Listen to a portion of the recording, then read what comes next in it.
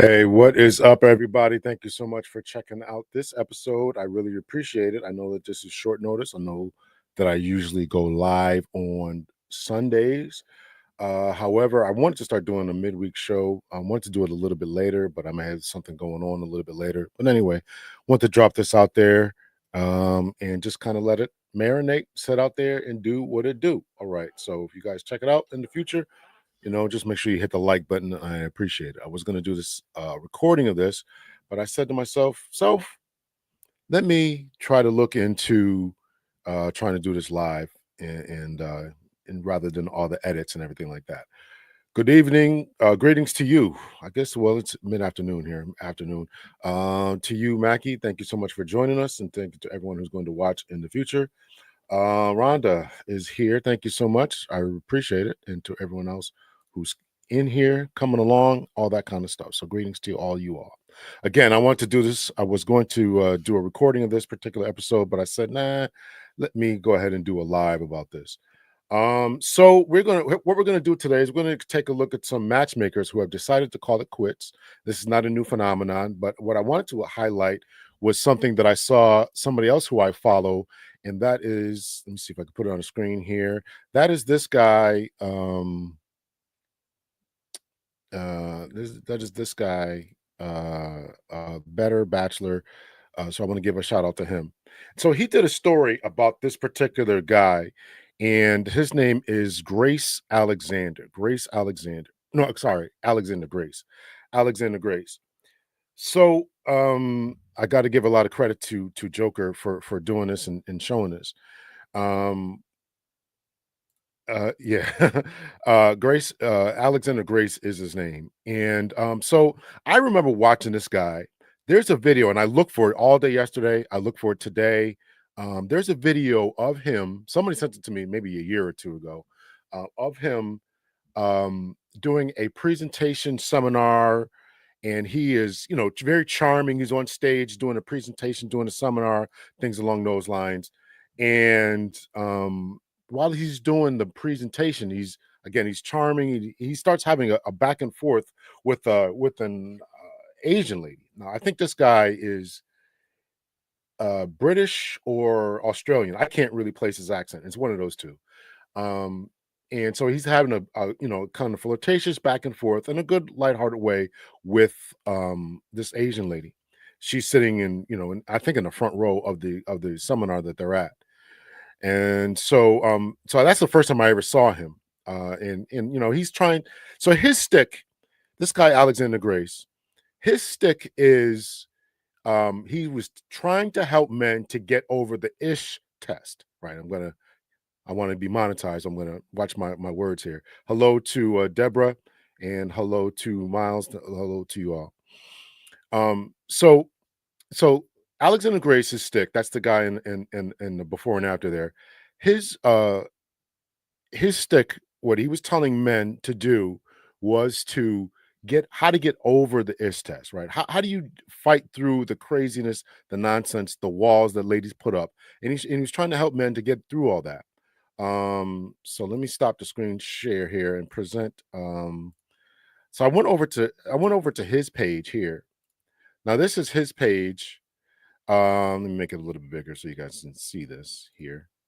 So this is his page. You can see now I'm starting off from 3 years ago. 3 years ago, we're looking at all this kind of stuff, how women actually feel about being touched, and all this is him interviewing ladies and all this type of stuff, and just going through how to become the best version of yourself, as well as fight through all the stuff that he had going on, or that he was trying to help men to become, you know, to get the ladies essentially. So recently, and what the guy from Better Bachelor and Joker did was a video on this guy. And what's going on is what's called "We Are Done." If you can see that, we are done, and the truth is finally sinking in. So you can see from the images that I had up there before, he cut his hair, and now he's like a different person. He's like a different person. And so I'm going to play a little bit of this one. The truth is finally sinking in, the one where he's moving at. And then I'm going to play a clip from We Are Done. Really, really important. Now you can see Alexander Grace, right? You can see that in the upper left of the picture there, right? His hair is long. He's got the 5 o'clock, the sexy 5 o'clock shadow going on there. And now you can see from the picture that's moving there, it's a completely different person. So I want to highlight that. But before we get into that, I want to play some images or some other dating coaches who have quit. I want to play some dating coaches who have quit. So we're gonna look at this and see what their reasoning is for why some of these dating coaches have quit. And here's one that I found, and this is going to be about one April Mason. I can't find her actual video. I mean, I'm sure it's somewhere, but I only look for it for a few minutes. So this is her. This is a video about her. This is by Coach Greg Adams talking about April Mason and why she quit being a dating coach. Famed black matchmaker April Mason calls it quits. April Mason said, man, I can't help these women out no more. And she mentioned a whole bunch of things. She says, the majority that come to me have unrealistic expectations, the selfishness, fake everything, think they should be chosen because they have in good looks. Now, if a man said this, they literally would have threw us under the bus. She says the entitlement, just mean, not knowing the difference between a woman and a wise woman, and will fight you to be strong.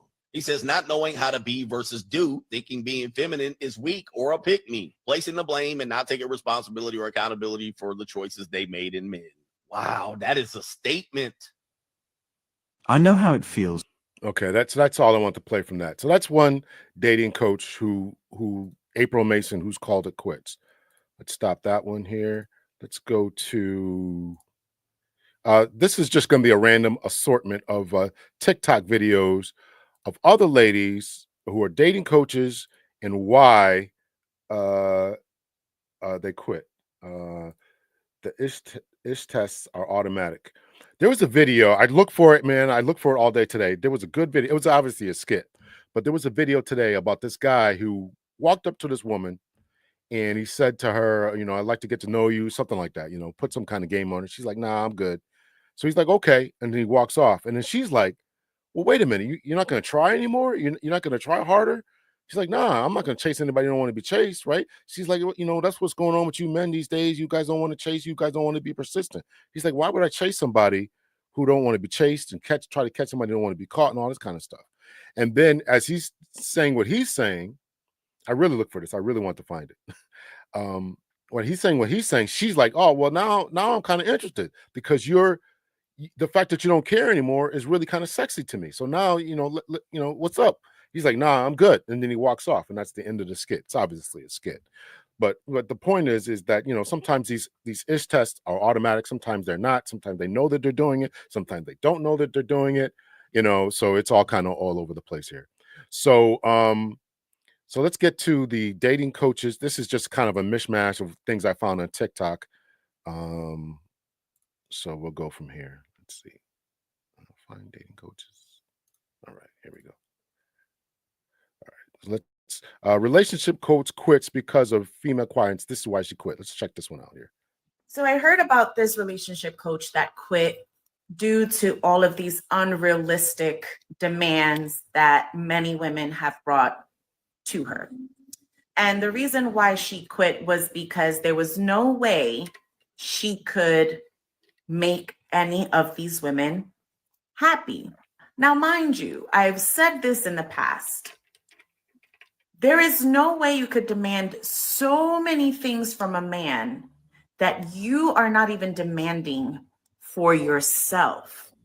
You do understand that the reflection of who you are, the reflection of who you are is what you are going to attract. You get that, right? No? Let me break it down to you. You should not be asking from any man as a woman all of these things that you don't have yourself, including the job, including the salary, including clothing, designer clothing, including the car that he drives, including the house that he has, where he lives, how he lives. The list goes on. Ladies, please, I am telling you this right off the rip. I know that there are some men out there that all they want to do is be the man with the money. You know why they say this? Because majority of you women, that's all you are looking for is for the man with the money. So that is all they are focused on, is getting. Okay, I'm not going to play the whole thing here. I think you get her point is that you got to go after someone who's on your level somehow. And again, it's these unrealistic expectations. So that's her. Let me see. That's her.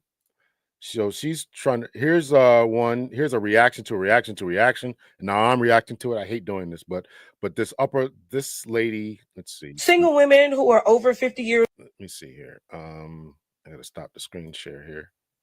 Oh wait, you took it to see that. Okay, let's see. Wait, can you see it?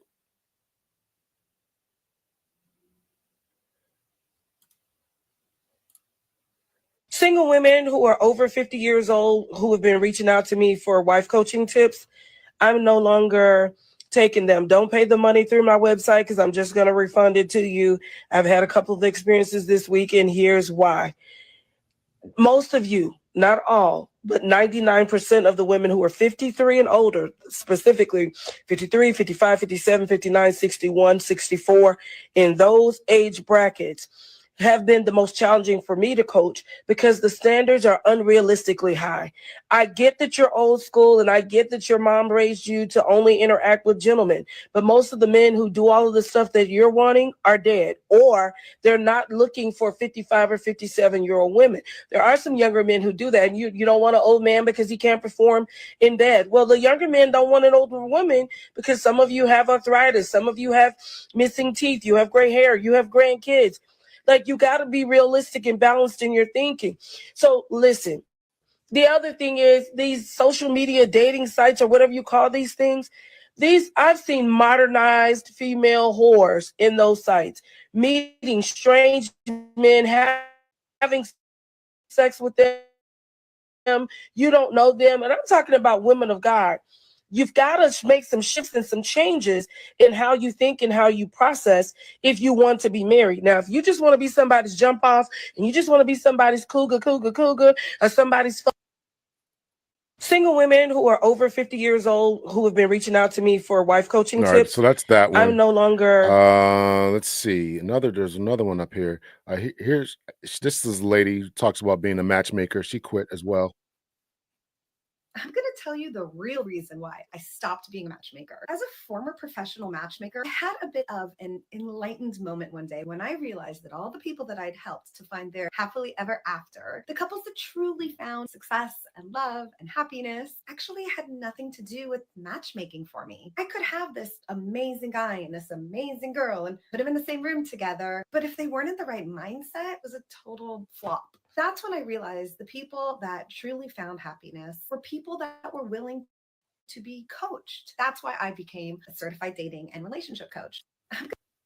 Okay, so and that goes to Mackie Samuel's point here. Some dating coaches are try one fits all approach. Maybe they need to be more specific and attempt to match people with core capabilities. And maybe if dating coaches attempted to match people in the same lane, i.e., similar looks, social class, and interests, they might be more successful.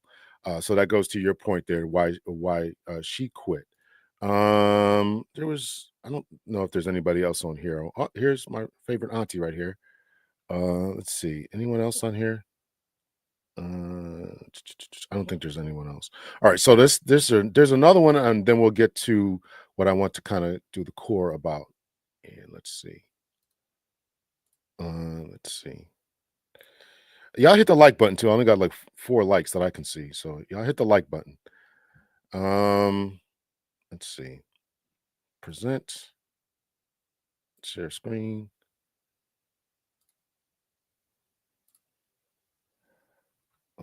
Okay, here's the big one. This was Rebecca Lynn Pope. If you watched me for a little bit, I've mentioned her a number of times, and this is why she quit the whole year and beginning of this year. I stopped matchmaking, and the reason I stopped matchmaking is because I literally was being, I can't handle female clients. The average woman doesn't really want just a good man. She doesn't want a husband. What she's really wanting are these standards or ideas that she has of what a man is supposed to be. On why I'm leaving this side of it, because the expectations are so unrealistic, because you can't have expectations like that and no preparation. You don't even study men. Like, how do you want a man and you don't study even how to talk to a man? You women don't have any problems expressing yourself when it's something negative to a male. But let a woman come up here and we have to have a real talk moment. All of a sudden, I don't like this show because I feel low. You don't like the show because you don't want to take direct criticism. You ain't going to get a man. All right, so that's year and beginning of this year, I stopped matchmaking. all right. So that's that. That was I didn't know it was all three of them: Rebecca Lynn Pope, April Mason, and Kendra G. All talking about the issues that they are now seeing and having with the issues that are going on. So I want to play them just to kind of give a warm up to what this guy that we're going to focus on right now has been dealing with. Let's see, stop screen share. So what this guy that we're going to focus on right now has been dealing with. So did I close him out? I didn't do that. Okay, no. All right, so we're going to play just a couple of his videos here. And this is about this guy, Alexander Grace. Again, for the people who are just joining, this guy, Alexander Grace, was a guy who was trying to talk to men about how to be more suave, to fight through the ish test, what women really want, to be this kind of women whisperer to men. And he's gone back, from what I can see, about 6-7 years of, he's got 6-7 years of content. And his most recent videos that we're going to explore today are from 12 days ago as I record this, 12 days ago, another one 8 days ago, in which he is now expressing the same level of frustration that the ladies that I just played had. So we're going to check out, the first one is The Truth is Finally Sinking In, and we'll get into that one. So we'll just play a few minutes of it. I don't like stealing all the people's content and all that kind of stuff. So.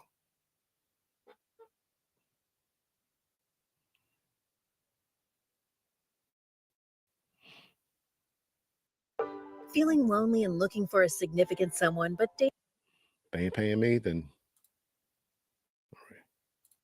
Absolutely went into marriage knowing I was going to become a divorcee. There was no question in my mind. And I knew at some point we would get divorced. The only question, maybe then I'd earned it, 10 years down the track. Because I think 10 years in a marriage, that's a pretty good innings in this day and age. That's like a good run. Turns out it was just the 3. In the end, so we kind of reached our limit with. I'm not going to get married. Did you hear what she said? She went into this marriage saying that she was going to get divorced by age 40. This is her mindset walking into this. This is her mindset walking into this. Just crazy. Just crazy.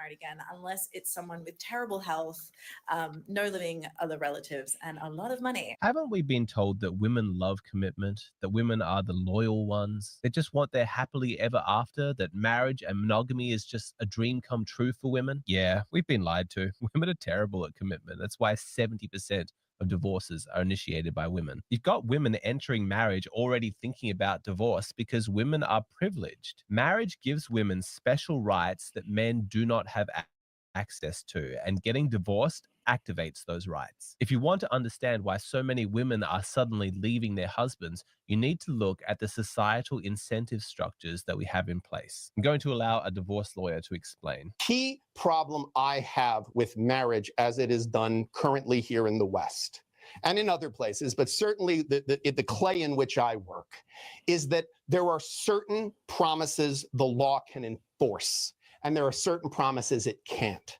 So if we acknowledge that, if we say the quiet part out loud, that in the majority of heterosexual marriages, the man brings protection and providing, and the woman brings kindness, warmth, and care, right? And sex. That's the economy. That's the economy. I didn't make that up. Don't get fucking mad at me in the comments. I didn't make it up. It was here before me. It's going to be here after me. I promise, right? So that. Does that help with the volume? I see your comment there, Crystal. Does that help with the volume? Is it better now? I turned it up on my end, so hopefully it's a little bit better. I apologize for that. Is it better? That's the game. That's the economy. His roles, his obligations are enforceable by law. So state power can be used to enforce his obligations, not hers.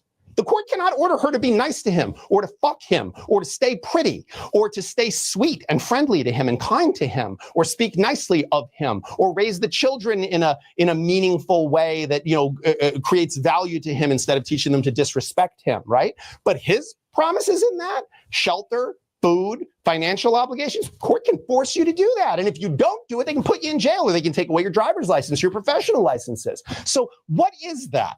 When you have a contract where only one side is enforceable by law under penalty of law, like that is a dangerous game to play if you're a man, period. Straight up, this is one of the reasons why so many men do not want to get married anymore. It's too vulnerable. What is to stop a woman from completely reneging on her promises to her husband? He's completely powerless. And it is especially painful because what men want out of a marriage is actually very sweet and wholesome. Look at this graph. You see that the top factors that men are looking for when choosing a wife have barely changed in 70 years. I can't make heads or tails out of this graph here. But the point of this is that his ideas have changed. And now that was the video that he played is the video that I played before about this attorney. So I just want to play that short clip. But the next clip is really the one that I want to get into concerning his concerning how he has evolved. And the name of this video is "We Are Done." And so he is really going to be the video right there is him as a completely different person. And I wish that I could find the video of him doing a seminar because he was sweet, he was kind, he was flirtatious, he was all this type of stuff. And, to the guys, you got to push through it. It's, it'll be worth it in the end. And now he's a completely different person, right? All right. So we're going to play a little bit of, this one is 8 days ago. We Are Done. 131K people have watched it. And he's going to be very apologetic to the men. Watch this video. He's going to be very apologetic to the men. Show your daughter how much you love her with this beautiful gift.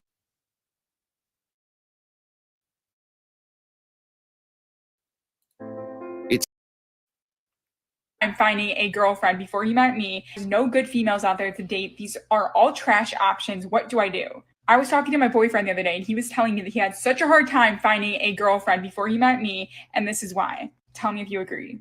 So he would walk up to a lot of different females. That's basically what he did to me. That's how he found me. Okay. And when he walked up to these females, he would say, "Hi," just like that. And when it started a conversation, he said so many people would just look him in the eyes and either just walk away, like straight up, look at him and just leave. Or they would give him like the biggest resting bitch face and then be such a bitch to him that it's like, why would you even want to have a conversation? It's like you're talking to a wall or someone that like wants to stab you in the face. So this is the attitude that a lot of guys are running into. And this is exactly what he's going to say it. This is exactly what this guy, Alexander Grace, would say, fight through this. And so it's like, why are you presenting this way in the first place? Why are you walking away from people? I told you the story about the skit that I saw. And he's going to be very apologetic. Like, why did I tell men to fight through this kind of behavior? Yep. And men are sick of it. You can only put up with being treated like you are subhuman for so long before you are just done. You quit. And that is what men are doing en masse. Statistics show that 48 to 59% of single men between the ages of 18 and 40 have never asked a woman out on a date in the past year. So I actually want to start out this video with an apology from me to my audience. All right, you already heard it, and I just wanted to stop it right now for a second here, and to address Rhonda. No, they're not. Maybe it's the man's approach. Here's the problem. There's no accountability. If it's I'm saying this guy that we see on the screen here, his whole mission was to get men to fight through this kind of stuff. And he's going to lay it out. Why are men having to fight through this? It's always the man's fault. It's always, listen, you guys don't know how to approach and you're creepy and all. It's nonsense. It's absolute. We're all not doing this. We're all not doing it. This is gaslighting on 100%, on the level 100. So let's have a real conversation, and let's really analyze what's going on here, and let's take a look at this. I'm not saying guys are 100% right, but this guy, his whole YouTube stick was about helping men. And I've already played the other videos about why other women are quitting the whole game. That way I wasn't presenting a whole man good, woman bad thing. The women that I played at the beginning were women who are dealing with this. So I'm just saying that this is a problem. This is a problem that we have to try to solve if we want to get together. If we want to try to solve this problem by getting together, then let's try to solve the problem. And you know, and these pejoratives and it's this and that. There's an issue out here. And remember, the woman that he had on the screen before was telling a story about her friend and how she was intentionally addressing or not addressing people. So let's take this information into consideration. Because there is something that I have consistently gotten wrong over the years. I feel shitty about it, and I want to admit to you guys when I make a mistake, own up to it, say that I'm sorry, and I really mean this. I have rationalized and excused women's rudeness when men approach them for far too long. I focused on the man, I focused on game, and how men can overcome that resistance instead of analyzing that resistance itself and holding women accountable. Let me explain to you why I made this mistake. Understand, I came of age in the 2000s, and so I have never known what it's like to live in a culture where women do show respect for men. Whenever Think about what he just said. He came to age in the 2000s. He has never known when women had generally had a level of respect for men. So his whole outlook on life was, this is just the way the women were.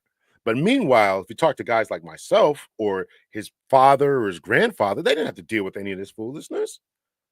Listen, it's okay not to want to talk to someone. I'm not saying you have to go up to somebody, or somebody comes up to you and you don't want to have a conversation. Okay, you can politely decline. You have every right to do that. But this type of attitude and this type of entitlement, and you think of deserving more, that's got to stop. It's got to stop.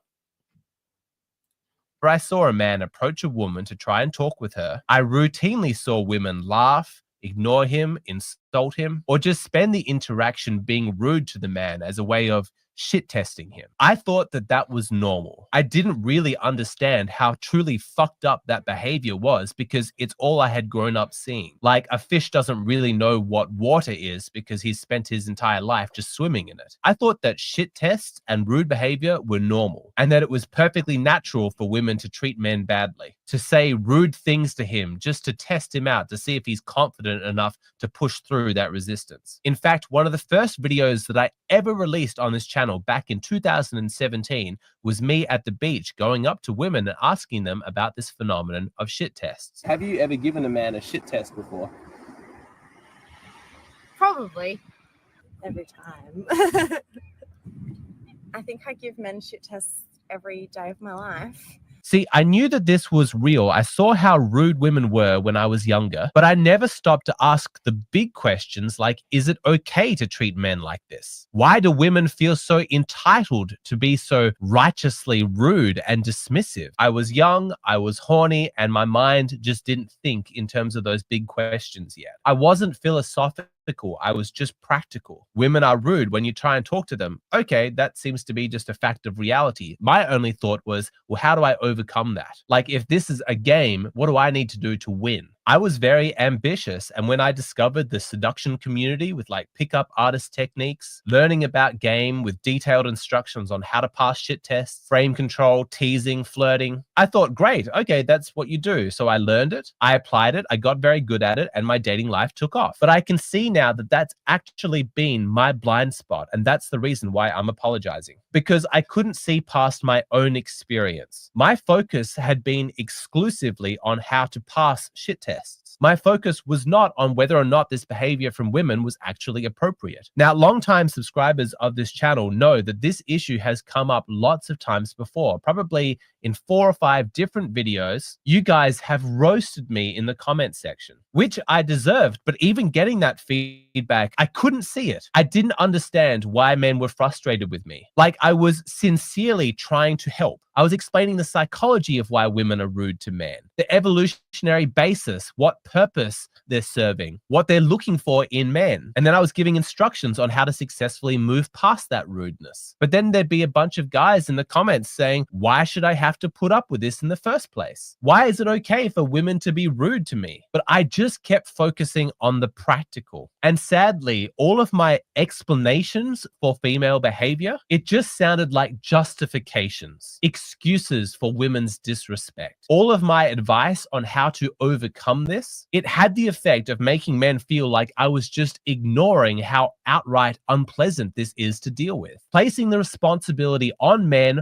once again to do the work. Doesn't matter how rude women are, how ridiculous their standards, how entitled their personalities. Man, it's on you to find a way, to suck it up, to figure it out. Guys, can you ask us out in person? No more DMs, none of that. Girls love to get asked out in person. It doesn't happen anymore. Please come up to us. We're nice. The worst we're going to say is no. A few moments later. Like, a lot of world problems would be solved if men just like Cease to exist? Yeah.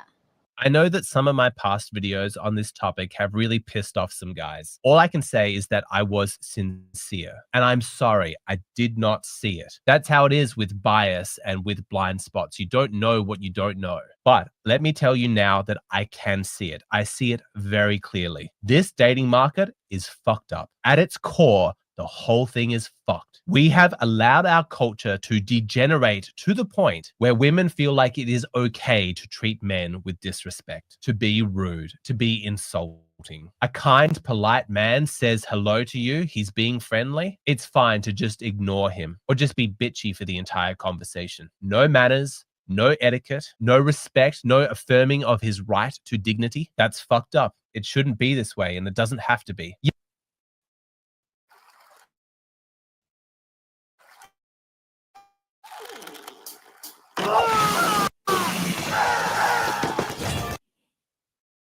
Can looks max like crazy. You can learn game. You can become the perfect seduction guy who knows every little trick. Perfect frame control, the ability to successfully navigate through all her blockades. And then maybe you might be lucky enough to find your way into a conversation where she is being friendly to you. But that is a ridiculous standard to hold men to. Why isn't being kind enough? Why isn't being friendly and respectful enough? I can imagine. Okay, I'm going to stop right there. Again, I don't like taking all people's content, but I think the point is clear. Now, this guy's obviously a YouTuber. I don't know how sincere he is, and I'm apologizing. I don't know. So he made this video. Like I said, this video was 8 days ago. The other video was 12 days ago. It seems he's done a complete 180 in his presentation. And I swear I wish I could find that video of him doing the seminar or conference, whatever he was, and it's a room full of women, and he's being nice and charming and this and that. To go from that to this is quite surprising. Black Honey says women are definitely rude a lot of times. Amraya says, on the bright side, us women who are gentle and kind stand out because we are so rare. If I leave the relationship, I know that a man will never forget me. Let's see. Miles says we can't win if we're trying to lose. Best not to play at all. These are not every woman either. Whoever he interviewed was young. I'm going to tell you. Listen, as my short time being out here, the attitude is the same.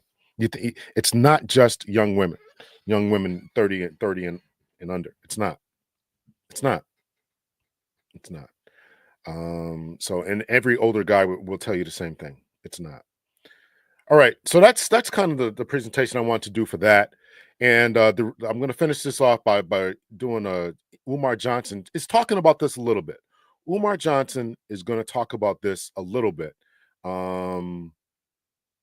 Just the ones who may be attractive. Yeah, yeah. Well, if you're the hot guy, then they're obviously not going to treat you like that. So, but nobody's saying you have to talk to the guys who you're not interested in, but kindly let them down. And I get it. Sometimes guys don't get hints, and I definitely understand about being in a place of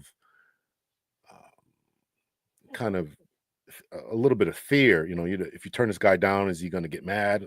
That's a real problem too that men have to address. About how we get turned down and being able to walk away and all this kind of stuff. But these types of nuclear reactions or this resting bee face and all this kind of stuff, that's unacceptable, man. That's unacceptable. And again, this is why I didn't want to come at it from a simply male perspective, but I wanted to talk about it from the perspective of the ladies as well. And that's why I played the ladies at the beginning, right? Why they are quitting. So yes, you're right about that. Rejection is part of the game, and the guy's got to learn to play it. But this nuclear type of humiliating type of rejection where you're screenshots and people running. I played the video a couple of days ago on the live. Lady ran into the bathroom, little younger, ran into the bathroom. She was 25. The guy she went on a date with was 45. That kind of stuff. That, come on. What is that? No need to be rude in rejection. Absolutely. I guess you could. But if you're not interested, I would say if you're definitely 100% not interested, he's not your type, he's got hygiene problems, whatever, don't give him any hope. Just move on. Listen, I got something going on, whatever's whatever, or I got a boyfriend, a husband, I gotta go, I can't talk. Because the more you sit there and chat with him, the more he's going to think he's got a chance. And you don't want to give him any false hope. All right, so we're going to finish this off with Dr. Umar Infantunde. Dr. Umar Johnson went to Australia and had a good conversation, and they're going to talk a little bit about what we're talking about here, about what type of guy you're looking for, and all this kind of stuff. So we're going to finish it off with that, and if anybody has any questions, I'll answer them. And somebody asked me, what am I doing here so early? Who said that? DHR, who said that? Somebody asked me what I was doing that. NW, what are you doing so early? Listen, I was gonna make a video. I was gonna record this, but I said, nah, let me not record it. I'll just do a live. All right, so here's Dr. Umar Johnson. We're gonna pick it up with him.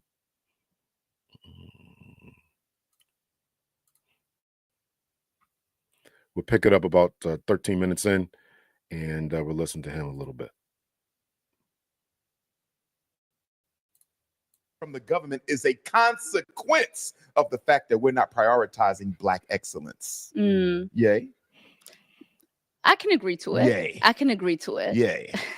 Let's move on. Let's move on to the bulk of this topic, because I know we don't have that much time. I wanted to talk to you about Black love. Yes. I feel like there is a war between Black men and Black women. I think that a lot of the dilemmas that get sent in from my listeners talk about, it's about women talking about struggling to find a man, struggling to find what kind of man? Find a Black man. What kind of Black man?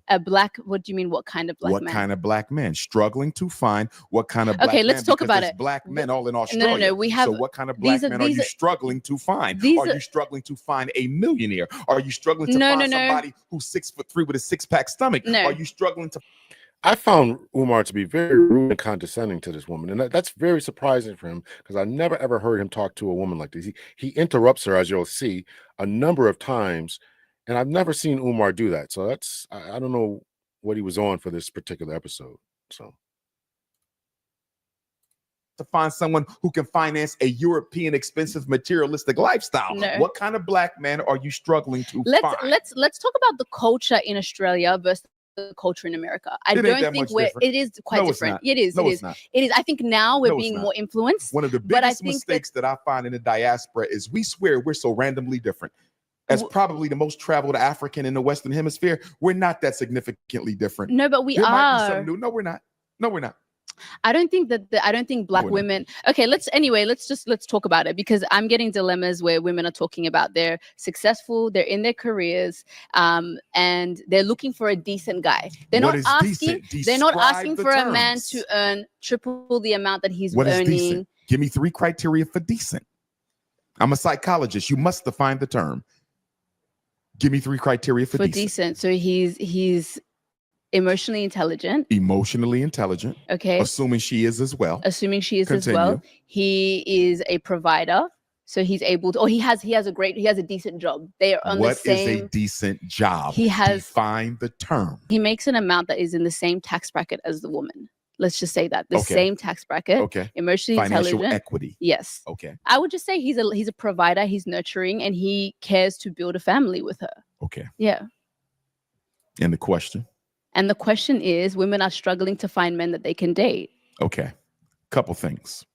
Number 1, black women cannot, shall not, should not expect a black man to be able to provide them with the same type of a lifestyle that a Caucasian can provide for the white female, because the Caucasian benefits from white privilege. The black man suffers from white racism.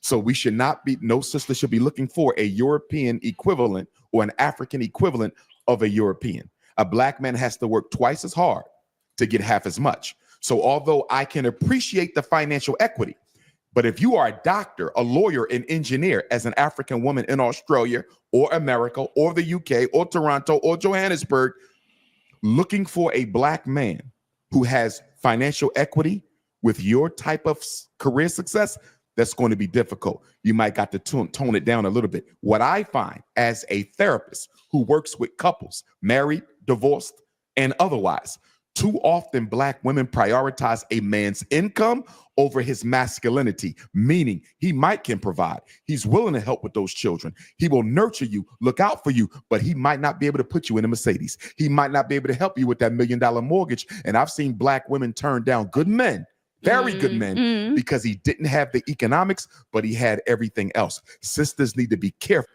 No, he did not put up the school yet. No, he did not put up the school yet. He has been a little off, I think, a little bit lately. But he's really kind of over the top, and it's really surprising because I never really heard him be just condescending and interrupt a guest, but in particular, a lady, a guest, a lady. It's her show, and he's interrupting her. It's not over. So we'll play a few more minutes of this. Not to fall into this European narrative of judging men primarily by how much they make. I can agree with that. I think that these are two extreme scenarios here, because I think if a man we're talking about financial equity, if he is making enough to build a household with you, to be a leader in the household, I think women are okay with that. I think that's not what they're getting. I think they're getting the other end of the spectrum. That's what we're hearing. You know what I mean? Would you have a problem if you met a man who made half of what you made or a third of what you made, but he had a financial vision of an empire, a business, some sort of an entrepreneurial undertaking? See, I think that's dangerous. Stay with me. I think that's dangerous. Let me finish it, and then I want you to respond. And he needed you to help invest in his dream. And he gave you a definitive timeline. He said, give me 12 months or 24, no more than that. If you invest in me, I promise you, what I'm going to build will equal where you are. Would you have a problem investing in him?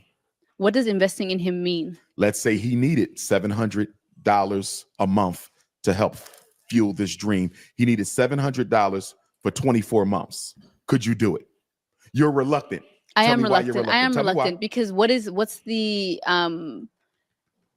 guarantee? There is no guarantees in love. There is no guarantees in romance. And also, I think context matters. How long have we been together? I agree. You know, if it's just a guy that I met last year and all of a sudden he has these dreams and he wants me to fund it. Y'all been dating for about 2 years. You like him. There might even be some love there. And he's saying there might be some love there is crazy. There has to be some love there. Let's say there is. Has to be a future there. And I think that's what I'm saying. Context matters. If I see myself with this man. But you didn't answer the question. Let's say all those things are there. Will you financially invest in him? Be honest, my queen. They already answered for you. They said hell to the nizzo. Yeah. Look. Why not though? Why do you have a problem with that? Given the atmosphere of racism and economic oppression that black men suffer in Australia, why would you have a But what problem are black investing men in your subject king? to that women are not?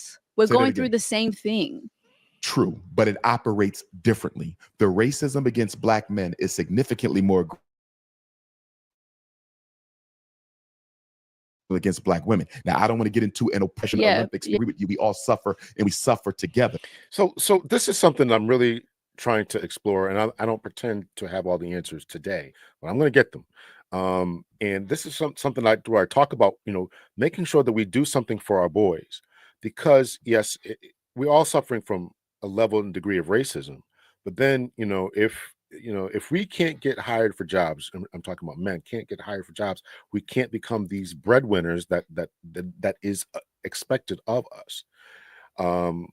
So and you take a look at what's going on in the schools, and Dr. Umar talks about this, and not here, but on other shows, and he's the expert in this, about the war against boys, considering labeling them as mentally disturbed somehow, or somewhere on the spectrum, or shooting them up with Ritalin, et cetera, et cetera. And all that kind of stuff plays a part into the lack of men being in the job market. Take the whole educational system, K through 12 education, then you take, the school to prison pipeline with the mass suspensions, et cetera, which leads to incarceration. And you've got a whole pool of men who are not only not in the job market, but are whatever their prospects are, they're much less, where that type of stigma doesn't hold for the ladies. Now, I'm still, doing a lot of research into this, but that's the analysis that I've come to thus far. And again, we're going to have Dr. Diane Stewart on this Sunday, December 8th, and I'm going to ask her that question. She talks about this, right? And in her book, if anybody else has been reading it, she talks about this, right? The war against men. The drug war was a war against men. Mass incarceration is against men. This K through 12 educational type of dilemma has affected boys and men more than it has the ladies. So, we got to take a look at all that kind of stuff. So we'll get back to them. But a man's primary responsibility is to be a provider. And we don't feel adequate as men when we can't provide. So your king, who you love, who you've been dating for 2 or 3 years, is saying, baby, invest in me for these 18 to 24 months. And I promise you, I will cross that finish line. You're still reluctant. I'm Why? reluctant. I'm reluctant. As my husband, if we were married and something like that happened, of course, I would be open to doing that. But would you be open to even marrying him if he was not the provider you needed him to be? He's saying, help me level up so I can become the person you want to marry. He's asking you to help him level up. I think Let me tell you why you're reluctant. And I don't have a problem with your reluctance, but I want to explain something. Okay. And I want all my young sisters to hear me. A big difference between the snow bunny and the African queen is the snow bunny will find a black man in progress. She will find him on the job. She will find him on the university. And that snow bunny will see a black man with potential, and she will invest in him. She will help him level up. And then when the sisters see him 5 years ago, 5 years later, he's a millionaire. And the sisters say, look at that sellout. He went and got a white girl. But guess what? When he was looking for a sister to help him level up, to invest in him, none of them wanted it. You know why? Too many black women want a finished product. Black women have to stay with me. Black women have to stop expecting men to be a finished product. It's harder on us. Help him level up. Stay with me. Help him level up and become what you need him to be. Because the big reason why these snow bunnies are running off with black men is they're meeting them when they have nothing, but they believe in their vision. And black women are waiting for him to cross the finish line. And by the time he crosses the finish line, the snow bunny then snatched him already. I disagree. And I think that I'm basing it on case studies. I've seen, I know black women. I'm friends with black women. I can, when I see the dating issues that happen, sorry, the mic. No, we good. Go ahead. We good. It's never that. It's never that they don't want to invest. It's actually the opposite. Black women are willing to be in relationships with men that are still leveling up, that are still working their way up. And then But yet you were reluctant. So why are they different from you? Well, maybe because I've been through that and now I'm not trying to do that right now. Do you know what I mean? I've been through a relationship where I So have you have supported helped a man someone level. and it went really badly for me. You know what I mean? So for me now, I'm not looking to, I don't need to coddle a man and be there. And I've worked my way up the Investing in a same man way. is not coddling. I don't think you need to invest. I don't think it's necessary in that way. Why Because you why have is it only Eurocentric but why is it only expectations. financial investment? Say that Why again. is it only financial Well, investment? no, that's what he's asking for, because at the end of the day, you just said yourself, financial equity is a major concern for women. So it has to be financial equity or investment, because that's what a lot of women are looking for from their men. Y'all want economic parity, and I don't have a problem with y'all wanting economic parity. I'm simply saying, with the obstacles facing black men in Australia, the US, or any other white society, it comes with a lot of obstacles for us to get there, and it's unrealistic to expect me to be where you are when you are not considered the threat that I am. Sorry, I need to process this because I Take think a deep breath. yeah. King Kong is here. He says, take a deep breath. King Kong is here. I'll rewind it a little bit. But I feel that women in society is teaching a lack of compassion for men. And that's been a lot of my point. You want all these economically viable men. We get it. We get it. But you have to take a look at where the men are and how they got there and what's going on with them. And this is why I talk about Ebony K. Williams and her refusal to date a bus driver. Umar Johnson said it, this economic viability. And I'm not saying that men ought to be lazy. A lot of the comments that I've already read and put on the screen have already said, I work 2-3 jobs. They should listen. I'm saying to go out there and work. I'm saying to go out there and try. But and listen, there is a deficit of quality education that is coming towards our men. We gotta recognize that. We need the ladies to recognize that. And why I say, and why I'm speaking to the ladies about this, is because 70 to 80% of our children are now being born into single parent homes. That means the vast majority of the time they're in your care and your custody. And you have to care about and push your sons to become the type of man that you want to marry and that you would be satisfied with. And if you're not doing that, if you think that they can't do it, if you think he's lazy, you're satisfied with him being medicated with Ritalin and all these other ADHD type of medications, you are setting them up for failure. In addition to the other type of feminine type of traits, developing breasts and all this other type of stuff that these medications are doing. So yes, I absolutely agree with you, Miss Danielle. This is a problem, and that's why I played what this other guy was saying. And the other videos. Listen, we got to take a look at what's happened. You want these masculine, strong men. These masculine, strong men have to be made, and they haven't. And unfortunately, they haven't been made. And now, white society is recognizing what Black society has always been dealing with since the 1960s, 1970s. At the end of the civil rights era, a lot of ladies got jobs, and when they got welfare, they got job training and education and all this type of stuff, which is great. But what did men get who didn't pay their bills? They got prison, they got their driver's license taken away, they got their certifications and other kind of stuff taken away, got fired from jobs, incarcerated. How and then we got a snowball effect or ripple effect from those types of systems that were impacted. So that's what I'm saying. So I appreciate you saying that there's been a lack of compassion for men. And again, when I have Dr. Diane Stewart on, we're gonna address this, because there's a lot of finger pointing going on out here. A lot of finger pointing. You men are nothing. You men, you aren't trying hard enough. This, that, and the other. Okay, you have to ask yourself, when you go into a job, and it's not going to be true 100% of the time, but when you go into a job and you apply for a job, are they more likely to hire you, or they're more likely to hire someone else, or a man, right? Particularly the type of job, right? And again, we can't forget too that a lot of these jobs that men relied on in the 1960s and the 1970s were shipped overseas. So these men who might have been more hyper, didn't have the academic credentials, abilities, could have got a job at the docks or in the mines or in the factory. Those jobs are all gone.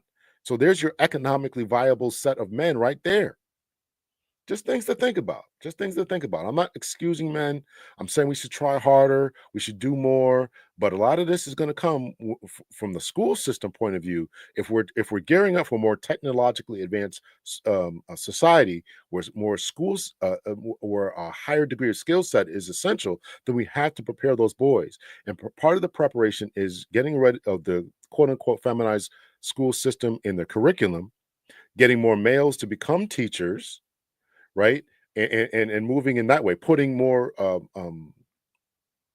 skills and trades back into the schools that were taken out in the 70s, 80s, and 90s, putting those back in so you can graduate from high school with a plumber's certification, et cetera, right? All that is going to be important, right? One of the biggest reasons that they were started shipping all these migrants into the US is because they had the skill set and they wanted them to do certain things.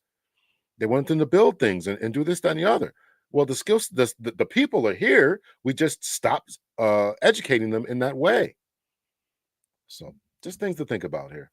I'll continue on a few more minutes of this interview. Yeah. I don't know. I disagree. I just think that Black women are willing to hold it down for the man. I feel like we're always there supporting them. And I think that if anything, Black women get the short end of the stick. We don't A lot get of times y'all do. We do. So And how I'll are give you? 3 short sticks that y'all tend to get. Number 1, Black men need to stop telling y'all they're monogamous if they're polygynous. Too many Black women are being manipulated into plural relationships that they didn't sign up with because of disingenuous men. Okay, I'm going to have 2 wives. Dr. Umar going to have 2 queens. If you don't like it, don't flirt with me. Leave it there. But I'm going to have 2. I'm going to be honest, right? Men have to stop manipulating women who looking for monogamy into polygamy. It's not right. You got a wife over here. You got a baby mama over here. You should have been honest up front. That's number 1. Number 2, Black men have to stop holding women on an emotional leash, giving her the belief that you may one day commit, knowing damn well you don't want her. Let her go, but you won't let her go because your ego can't stand to see something you throw away get picked out the trash by another man and turned into a jewel. We are wasting too much of y'all time by dragging y'all along emotionally, and that's not good because Black women have a biological clock. Y'all have a tick-tock on how long y'all can have babies, and because of that, we shouldn't be wasting time with y'all. If we're not serious, we should let y'all go. And number 3, let me add to that. We got to stop putting our hands on our women. Too much domestic abuse, too much domestic violence. Too many Black children are watching their mothers get abused by their fathers, and it's creating intergenerational trauma. So yes, there's a lot we need to do better for y'all. And I'm here to apologize to all my sisters in Australia for any Black man that has done you wrong, because we need to level up in ways other than money that money can't fix for us. So I'm with you, Queen. We need to become better men, but we need y'all to be a little bit more sensitive to the economic challenges that Black men face. Me, I don't have that issue. I got 6 degrees. I got my doctorate. I'm the most popular Pan-Africanist in the world. I'm good, but a lot of my brothers ain't where I'm at. You understand? And I need my women to understand that not every Black man is going to be where Dr. Umar is. And it ain't because he was lazy. And it's not because he was intelligent. I had my father in my home. You understand? And because of that, the white power structure dealt with me differently because my father was there. I saw how I was given programs other Black boys were not given because their father were not there. Children I went to elementary and middle school with, they in prison, they in the cemetery, not because they was less intelligent than me, but because my father was there, they dealt with me differently. So I wasn't better than them. I was given opportunities they were not given. Yeah, let's talk about how we can create you, because I know that we're talking about the divide. We're talking about Black women, Black men, why they don't get along, why they're not coming together. How can we start to create an understanding between the 2 of us? Number 1. Yeah.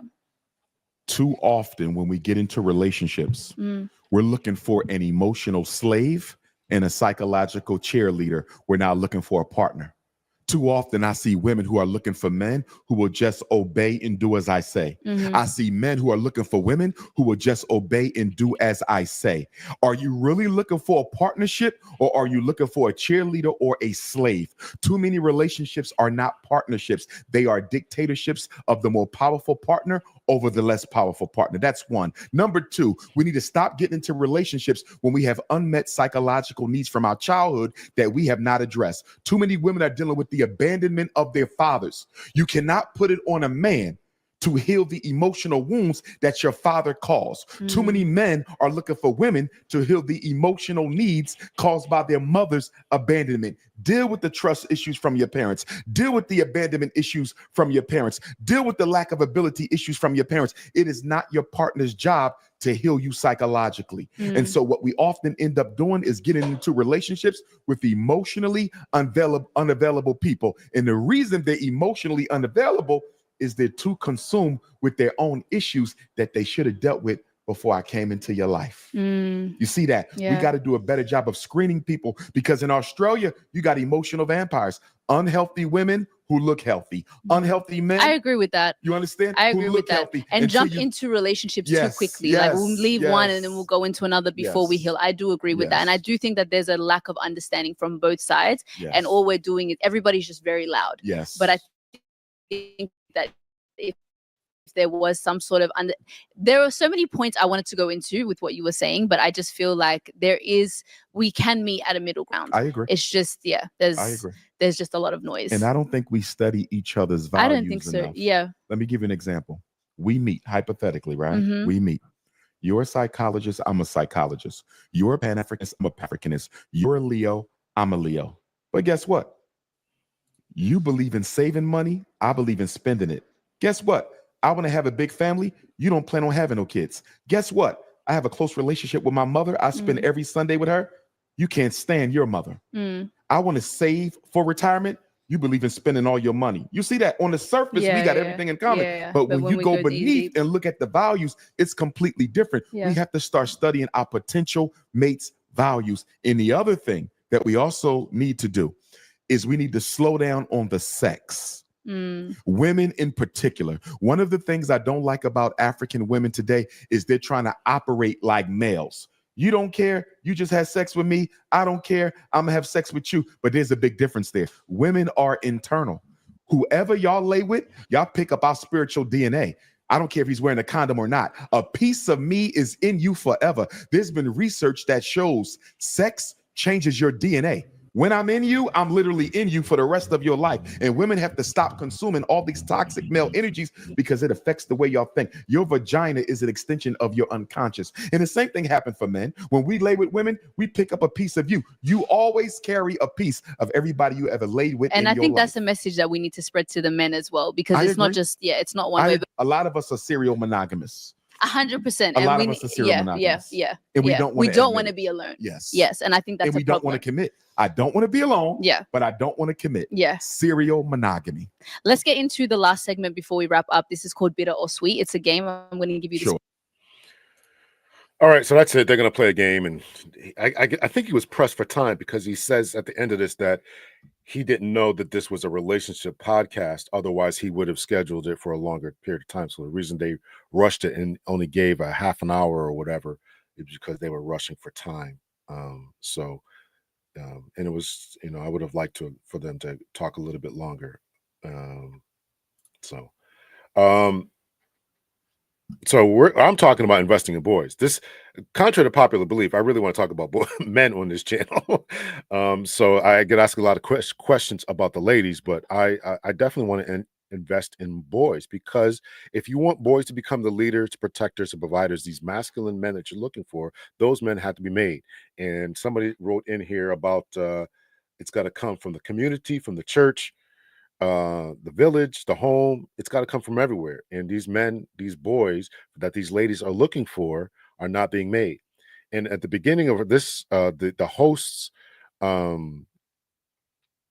talk there, she was talking about, they are not finding a lot of ladies. And this is, remember, this is Australia. She's in Australia, and they, I can imagine that the African American or African Black population there is very small, but they're not running into their financial equals. And that is important. No matter what she says about character and this and that, they want their financial equals or better.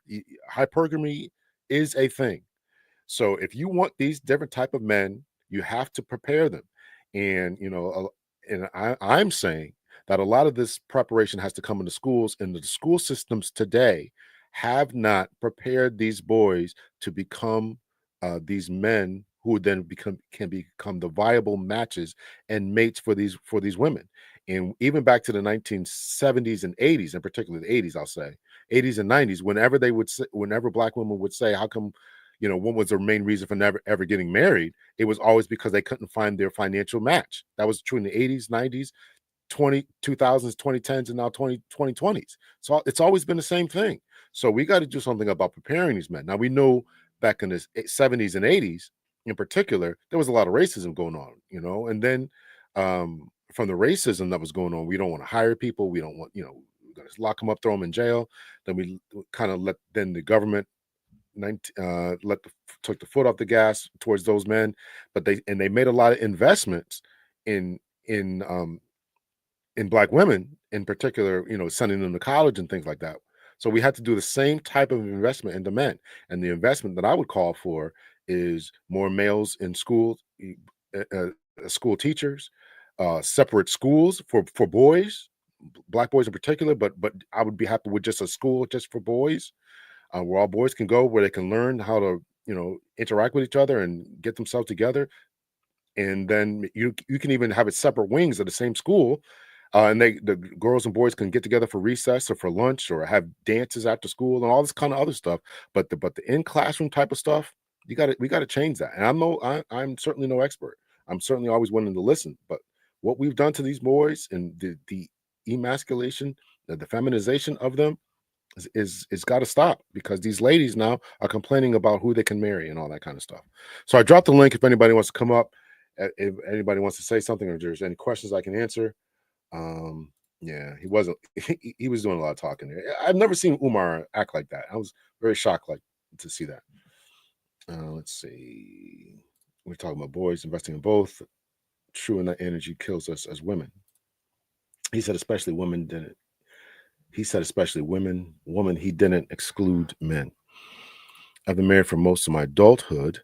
Women have to realize in a marriage you have become an anchor of support. You are the caretaker, caregiver for everyone in the household.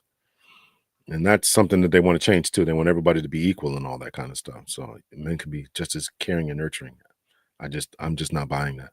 The lower standards that women have for men, the lower the level of accomplishments for those men. Well, I'm not saying you should lower the standard. I'm just saying the men need the assistance to get there. The men need the assistance to get there. We need those programs in school, and the good men need to be mentors to boys. There are not enough good male mentors. Yeah, agreed. And what if anything do men need to realize? I'm not sure if I followed that, but I would say what they need to realize, you're talking about men, is their limitations, what has happened to them. Recognize that they can make it. They don't have to hide behind calling themselves failures. They don't have to settle for their place and station in life, that there's something higher to be reached for. Yeah, those are things that they should realize. Keep our boys off those medications. Absolutely. I agree. It's simply sad. A lot of double standards. The school will not do that. Black people have to open up schools. Well, I agree with that. Definitely.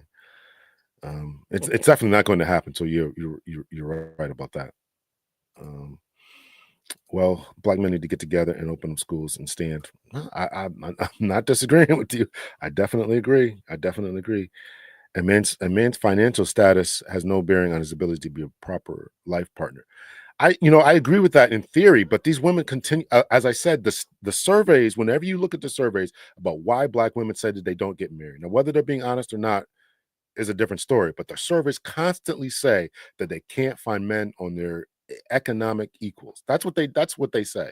That is the number one reason why they say that. Now, is it after they meet somebody who's on their economic equal? Is it now that he's got a snow bunny crisis, as Umar alluded to? Is it now because he's member of the LGBT? Is it now because he's not emotionally available? Is it not because he lacks communication skills, or he's got all this different? He's financially viable, but now because he knows he's a rarity, so he plays the field. It's a lot of other things, and those are things that men need to conquer, right? As far as being socialized to say that one day I need to get married. I need to get married one day, and that needs to be something that is the socialization process. You're going to grow up. You're going to go to school, whatever school is, trade or traditional education, college, and then you're going to get a job, and then you're going to get a wife. And that is to perpetuate the culture. That's got to be the training. Men need to realize the exact same thing. Often in marriage, men do less of the caregiver role, which puts some responsibility. Having grown up without a father, man, I was definitely there, man. I don't know what this is about guys just coming home, cracking open beers and stuff, and just sitting there playing video games. I play video games with my kids. We played outside. I can't, and I was a guy who didn't have it, so I wanted to give it. So I can't put myself in this mindset of not giving your kid any type of affection or love. I just don't understand that. But apparently it's a thing, so we need to conquer that. Blame is easy, accountability is not. Got to start somewhere, like at home. We must make better use of the public school system for our children. There are billions of dollars available in public schools. Let's use that money for the benefit of our children. Another thing too is people got to be involved, and this, I think we all kind of fall into this, right? We're busy. We leave it to other individuals, but my former sister-in-law, when her son entered the school system, from the time he was like kindergarten, she was a part of the PTA. She did things, and not only the PTA and all that kind of stuff, but you also should be a part of the, go to the school board meetings. What's being taught in these schools, this Common Core, math stuff that nobody understands why they developed that.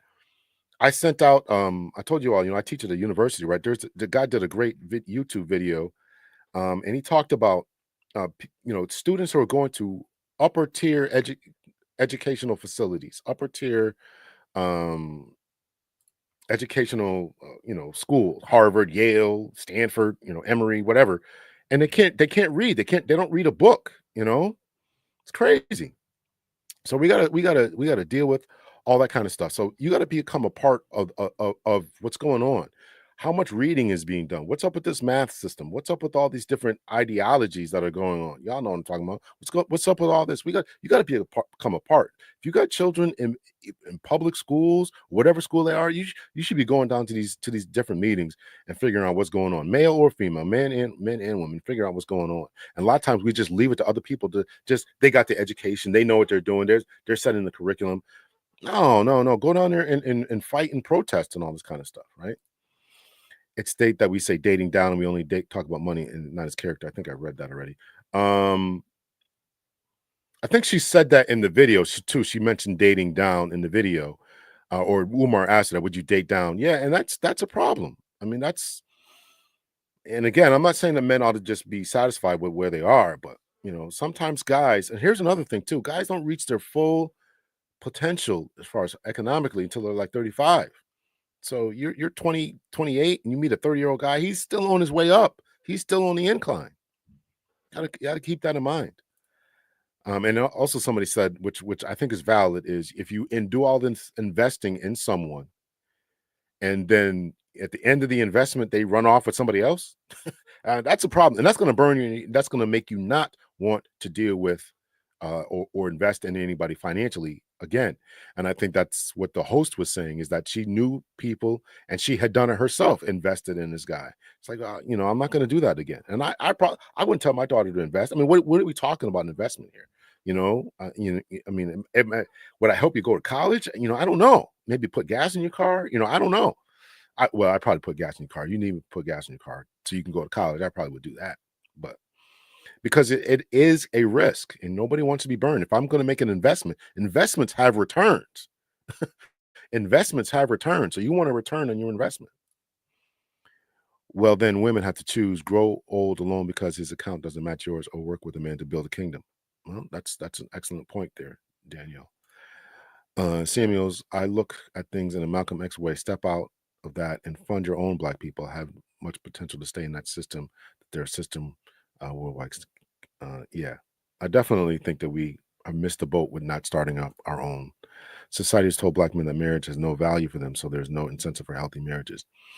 I think that we're in a pickle. If you watched the previous guide that Alexander Grace, he said it's all messed up. He said it's all jacked up. And I'm not going to use the language that he did, but you get the point. Is that it's all messed up now, and so and yes, society is saying that, and a lot of times the women are saying that I want a man who's economically viable, otherwise I'm not going to marry you, and and society is saying the same thing. Meanwhile, that here's the point too about black men is that society is saying that here's the standard about being a man. Here's the standard: be economically viable, have a family, et cetera, et cetera. But in order to become economically viable, you got to get hired for their job. And we also know that there's data out there concerning, names on a resume, right? Studies have been done about names on a resume. A black sounding name doesn't get the callbacks, even with, different levels of education. Some are incarcerated and all this other different things that they studied and calculated for in these studies.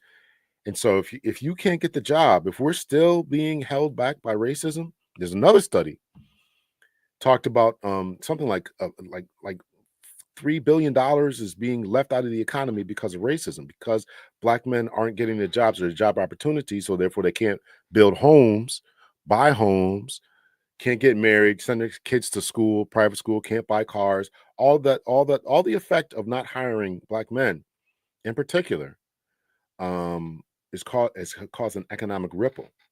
It was another study that was, I think it's in like Business Insider or something like that. You can read that study there. What financial status is enough then? If the average is 50 and women's is 43ish, why are these women still asking for way above that? That's an excellent question. And somebody asked me that too in the comment section of one of the other videos that I did. And I had to prove the same numbers that pandering just put up there, right? Those are the numbers. Average black men are somewhere around 50ish. And the average woman's is around 43, 44ish. Black men still out earn on average black women. And somehow that's still not enough. Now, if you're an elite black woman, lawyer, doctor, whatever, and your pool is going to shrink no matter what. Your pool is going to shrink no matter what. It's unfair, but the man's pool opens up. The man's pool opens up. The more money a man makes, the more women are coming to him, and it's just the exact opposite for ladies. So you got to be less picky, and you might have to quote unquote date down or settle. You might have to do it. Let's see. Less of the character are important, but you can't buy food, diapers, and mortgage payments with it. I watched a movie of black women who opened a school. It was a fight because she won over the state. It was successful. If you can remember that movie, let us know what movie that was. And it wasn't based on a true story. Let's see. Who owns the prison system and why was it first invented? You must see the most incarcerated. Oh, well, we know what that is. Come on now. We know what it is. We know what it is. I mean, but the thing is, we got to get our boys not to play in that game. We got to get our boys not to play in that game. Yeah, it's prepared for us. Absolutely. I mean, it is what it is.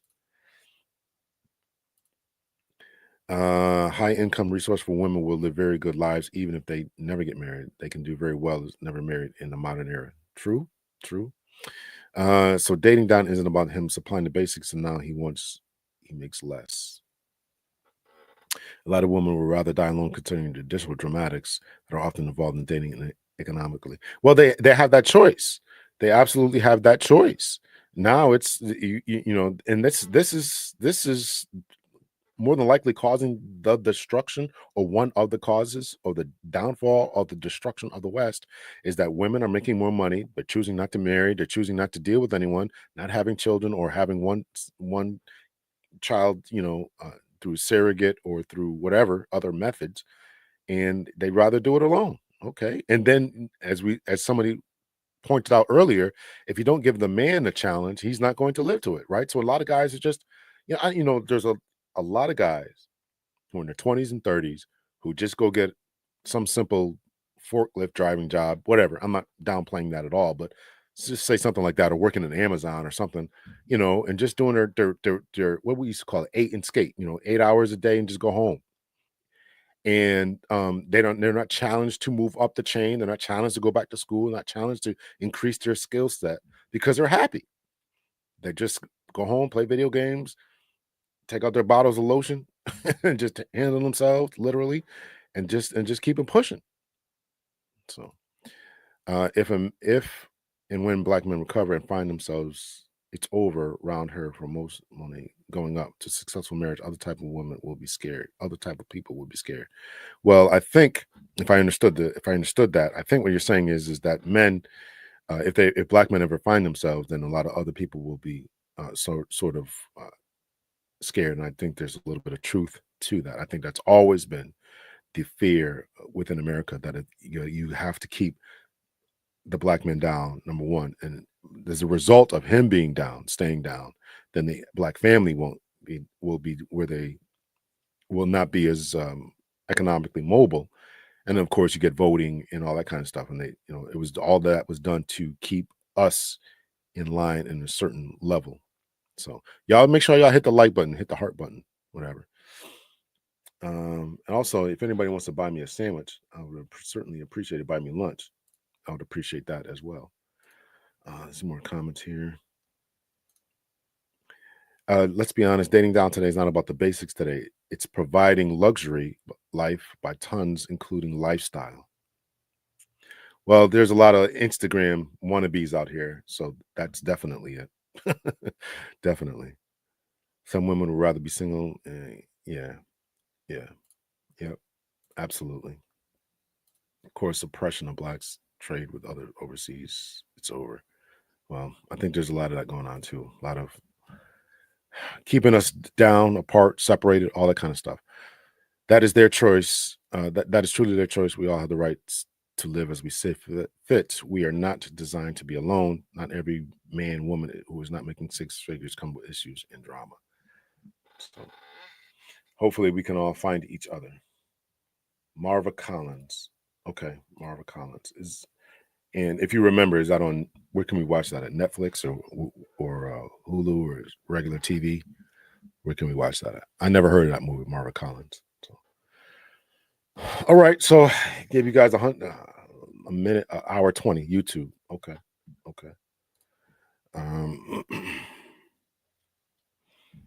I saw that, man. I saw the average age of homeownership hit 56. So fellas, when we can date, otherwise we all brokies. Yeah. Can you think about that? I bought my first house at 24. 24. I think it was 24. Of course, I was a police officer, so I had a good steady income, but 56. I was talking to somebody the other day, and they were talking about the housing prices.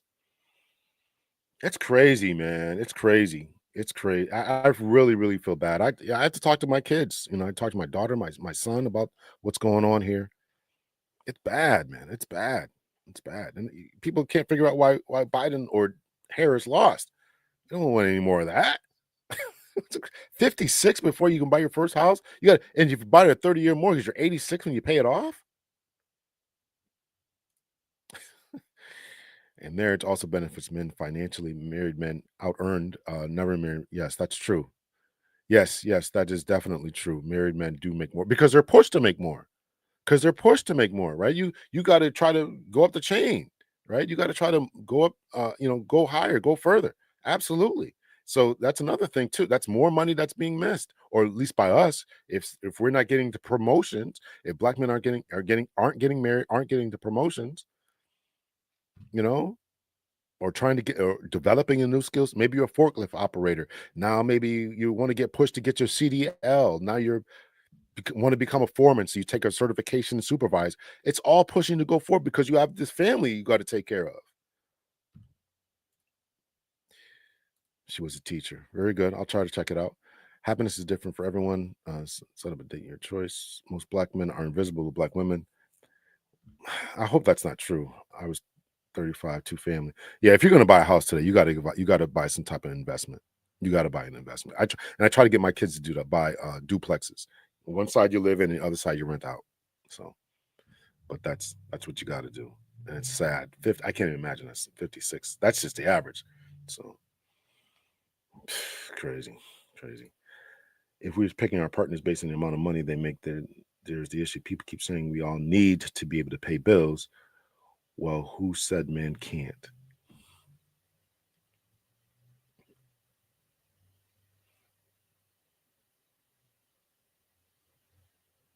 To pay the bills or pay all the bills? Well, who said men? I'm asking that. All right. Anyone else? Anyone else? Thank you guys so much for the comments. Thank you guys so much for checking out the show. I just want to drop this again. I was going to record this, but this is what's going on. This is the dating market as we all see it. And yeah, I advocate for men to become the best versions of themselves, to move up, and we got to do it together. And I don't like the talk of you men got to do it, you guys got to do it. Yes, we need mentors. Yes, we need male teachers. I agree with that. But if most of our men are being raised in single parent homes, and I have to talk to the ladies and say, listen, you have to help out. You have to help out. And there's this idea of being solipsistic, and I'll end off with this.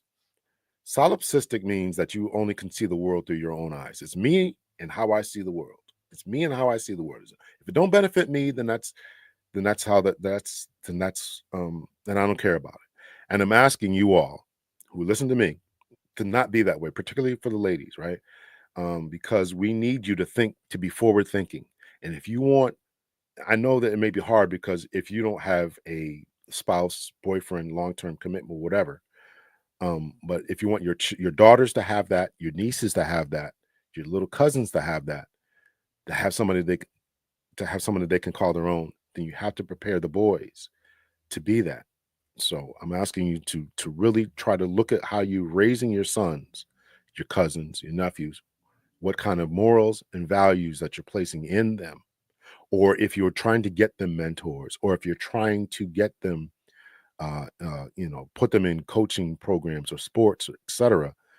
All that matters. All that matters. So I'm asking you to be a part of the solution as we do that. And yes, I push men to do it. And if you're a man out there, I think you should do it. I think if you got a son, I think if you're a man and if you have a son, and you should be doing what you can do to push them to in sports or whatever they're going to do, sports, music, I don't care what they're doing, but you ought to become the soccer dad, quote unquote. What do I mean by that, right? I coach when I put my kids in sports, I was a coach for them for 10 years. And a lot of times I didn't see other males. I didn't see other males, right? It was always the women bringing them to practice, bringing them to the games. Sometimes the guys would show up to the games. Sometimes they would set up in the crowd, hugged up and stuff with their woman and all that kind of stuff. Listen, there's a serious problem. No doubt about it. So we gotta do what we can do. We gotta do what we can do. Having children vastly increases those bills. That's why you gotta level up and pay those bills. Get your passport, go overseas. What age are women wanting to retire? 45? Listen, if we retire at 30, we would.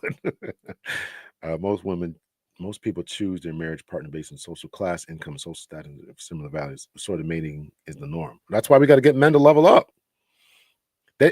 Listen, I can't say that I blame women for saying that. If you've done the work, look at Ebony K. Williams and the whole bus driver situation. She's done the work.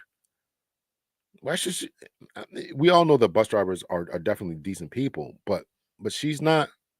She's just in a different place class-wise. She's been on TV, stood before judges and lawyers, arguing stuff.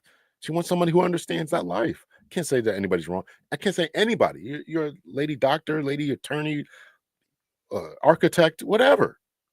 Come on now. But we got to get our men to level up, and that's going to take all the stuff I talked about before. How's that working out? That we make good money. Yeah, well, nobody to marry. That's how it's working out. The mothers are in school and work, appointments, extracurricular activities, or we are just accepting that their fathers will little to do nothing. No, I didn't say. Well, I didn't say that, and I expressed it very clearly what I said. Please help your children purchase their homes and rental properties, maybe with a down payment, and will co-signing secure the generation well. Yeah, I thought about that, man. I thought about that. Yeah. That is important. She didn't want the owner of a bus company. I'm sure she would. I think she would. Affluent couples are basically the primary group getting married and staying married. Marriage has become a class issue. Well, it's also traditionally been the way that people get out of poverty. You got two incomes, and you can now pull those incomes to buy a property and to move up, especially as I mentioned, if you're pushed, you can get the additional credentials, certifications, whatever you need. Go for a different job. You got one job, you can get another job. Go back. One of you can go back to school. The other one's working, and level yourselves up. All that's important. All that is important. I'm usually the one who says that women need to get themselves together and not be the modern woman mindset today. I want to understand that marriage is a lot of work for women. Well, I think it's a lot of work for both of us. So a lot of work for both of us. All right. Hour and 30 minutes I gave you guys. Thank you so much. If you want to buy me some lunch, I would really appreciate it. Make sure you hit the like button. Hit the like button. I will see you guys on Sunday. I think I have a video dropping on Friday. I didn't drop one today, so I thought I'd do this. And I got a video dropping on Friday, and then I'll see you guys on the live on Sunday. And that's it. You guys take care of yourselves. Much love and peace. I will see you guys. Take care.